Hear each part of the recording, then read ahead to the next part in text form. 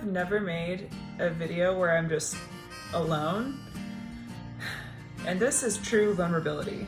So I don't care what my exes say, I am capable of it, sweetie.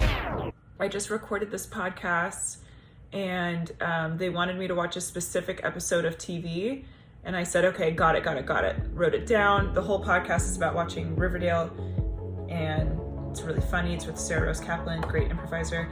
And then what do? I watch the complete wrong one. I feel like I am incapable of following rules. Like, you can say the rule to me 75 million times. I'll be looking at you dead in your eyes. I'm like, yes, I'm locked in. I'm hearing ya. And then the second it gets down to it, sweetie, I'm lost.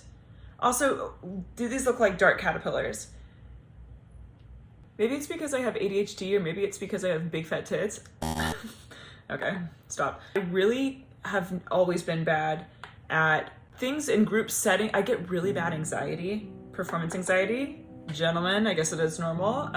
But I always freak the out whenever there's rules to follow. I spaz, even if it's very simplistic. The anxiety is bone crushing. Okay, I had to move the angle because I was getting Mrs. Potato Head, but I remember I was in my really early 20s, like I was probably 20 or 21, and my friend was trying to get me signed to his commercial agent. And so he was like, hey, there's a group audition, come with me, and if you do a good job, my agent will sign you. It was for like Chevy trucks or something. And so it's me, my friend, and then these two random people I don't know, and we're dressed in flannel because it's like we have to pretend to camp or whatever you do for truck commercials. And then, okay, Ariana Grande, she may be a cheater, but she can eat down with this eyeshadow. So we all go into this room, and it's like a huge, it's like a cattle call audition in Santa Monica. And I don't go on auditions. I'm nervous as and we all go into the room, and that's when things get emotionally dark. So we go into this cattle call like audition. There's 1,000,001 people there. We go into the room, and at first they're like, all right, so there's just two people, like one person behind the camera, and then I guess the reader, like the casting director, and then the person working the camera. I don't know how it works. And so I'm with the three other people I'm there with, and they're like, okay, so just slate for us. So just say your name and your height. And everyone's going down the line, and then it gets to me, and I'm so nervous. I go, Harper-Rose, Herbert, 5'7". So for color, my name's Harper-Rose, not Herbert.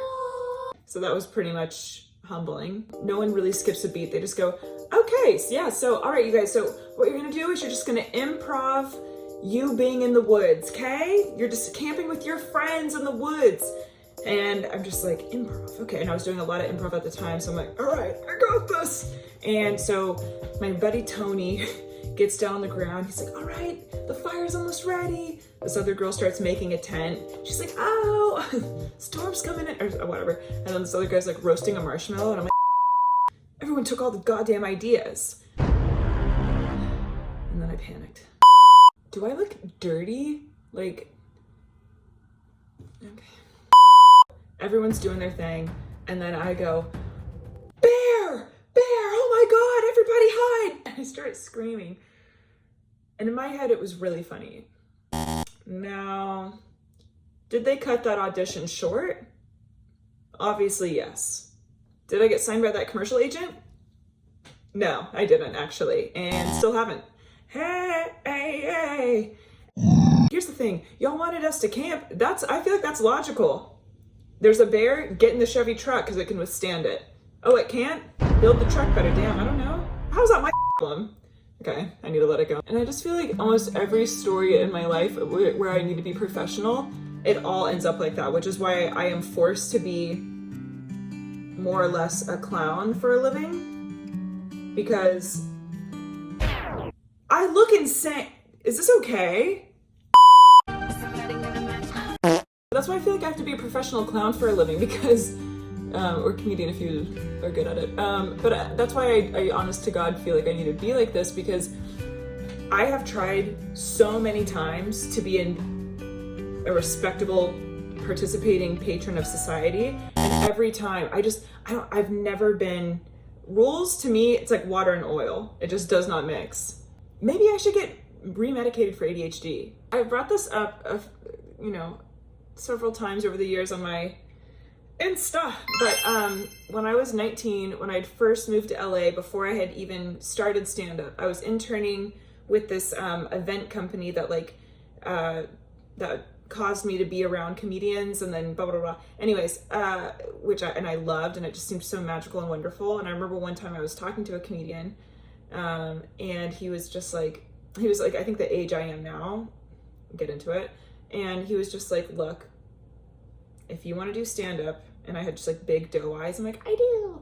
He's like, try literally anything else before you get into it. Literally do anything else. And I'm like, okay, it's giving later.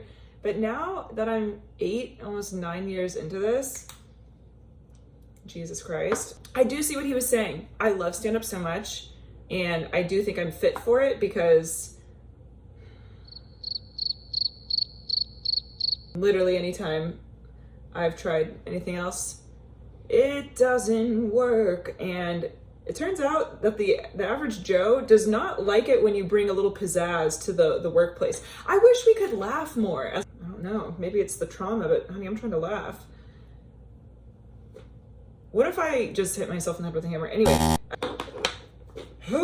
I love being a comedian. I don't know, there's just something so wonderful about getting to be around really smart and funny, dark and haunted people that have like a creative outlook. It's really, I don't know, I think it's suited. I think that literally I've tried to go corporate, I've had day jobs, I've tried everything, and I always fail. And like stand up, I mean, I still have imposter syndrome with it, and I think that there's far better comedians than I am. But at the end of the day, I don't know. It's nice to like finally find a job, a career path that doesn't feel like it's a mistake. But if this career doesn't start popping off relatively soon, I'll be reflecting back on this video.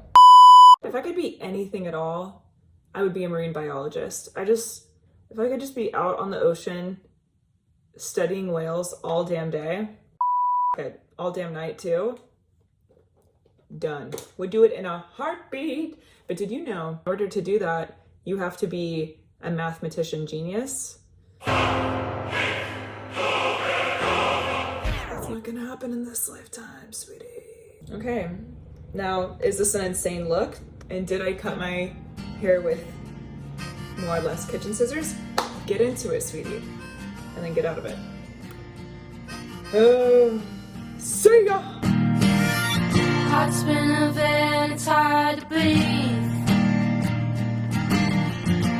Argentina felt like a breeze compared to this side. Think I might leave you, just come clean.